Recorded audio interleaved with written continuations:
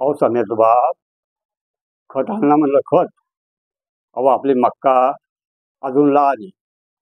आम्ही मक्का नाही म्हणून राहिली, की असं टाकायचं खत आणा म्हणून राहिली. ती खाताले आणि ती धोटामा आहे ना, ती म्हणी की असं टाकायचं खत निघलं म्हणे आणि फवारा निघाला म्हणे. ते खत टाकलं म्हणे की केस असे लया लया लया करते म्हणे म्हणून शापूची भाजीच असे 15 दिवसाला बचका बचका केस निघते म्हणे बरं का. म्हणून म्हणते म्हणलं खत आणा.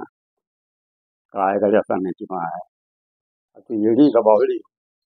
अहो डोकं म्हणजे का बाळाची जमीन आहे का माळ्याची पट्टी आहे का त्यात खत टाका म्हणून हेचतंय मग तुमचं. तुम्ही कधीच ऐकत नाही माणसं. मी सांगते तेवढं करा. झोंडामाय म्हणे तिची नात सून पाहिली की तुम्ही, तिची नात सून डोक्याला खत आणि काहीतरी फवारा मारते म्हणे. तर तिचे केस पाहिले ना तुम्ही असे करते जणू की लहा लहा लहा जणू आपल्या गावातली जणू हाराळच आहे. तर ती खत जरूर आणा आणि तेवढाच आपल्याला सारा होईल. तुम्हाला माहिती आहे ना की आजकाल केसाचे भाव काय चालू आहे. अहो 15 दिवसाला जर हातपात बाई निघले पावशेर निघले तर किती फरक पडतो. तेवढा सारा होणार नाही का. आपण हातभार लावायला पहा आणि तुमचं असंच. म्हणून म्हणते की मग तुम्ही जरा ऐका जा पुढं जासाल. म्या मागायला त्या मध्ये तुमच्या बिड्याची उधारी कशावर देईल ती मग. अहो त्या सवरच देईल ती. अरे हाव गाड्या तर म्हणलं की मला संत दुकानदार मला बिड्याची उधारी करून मागून राहिला तो देईल ती आहे ना.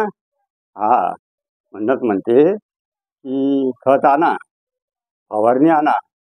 मग 15 दिवसाला निदान बत्तक बी केस निघले तर तेवढा मोठा हातभार लागेल. तुम्ही जरा माझ्या गोष्टी ऐका जा. जरा बाकीच्या बायाचे नवरे ऐकते तर पहाच्याच गाडे कसं चालू आहे. म्हणून धोंडामाय म्हणे शिल्लोडला मिळतं एकच दुकान आहे म्हणे. शिल्लोड जर नाही मिळलं तर जालन्याला जा. नाही मिळालं जालन्याला तर जळगावला जा. आणि शेवटी तिथं बी जर नाही मिळालं तर संभाजीनगरचं आहेच तिथं भेटतंच वांदाच नाही. नाहीतर कारखान टंगळ मंगळ शेजारणीच्या केसा डोक्याला असे बचक केस निघतील आणि मग आपल्याला पाहायला पडलं त्याच्या वाभाड्याकडं. म्हणून जरा ऐका बरं. नाही तर मग तुम्ही जर खत नाही आणलं मग ऐकलं वाईट नाही. मित्रांनो विनोद जरी असला तरी आमच्या खेड्यामध्ये बाया केससुद्धा ऐकायला लागल्या. ते सुद्धा एक उत्पन्नाचा भाग झाला.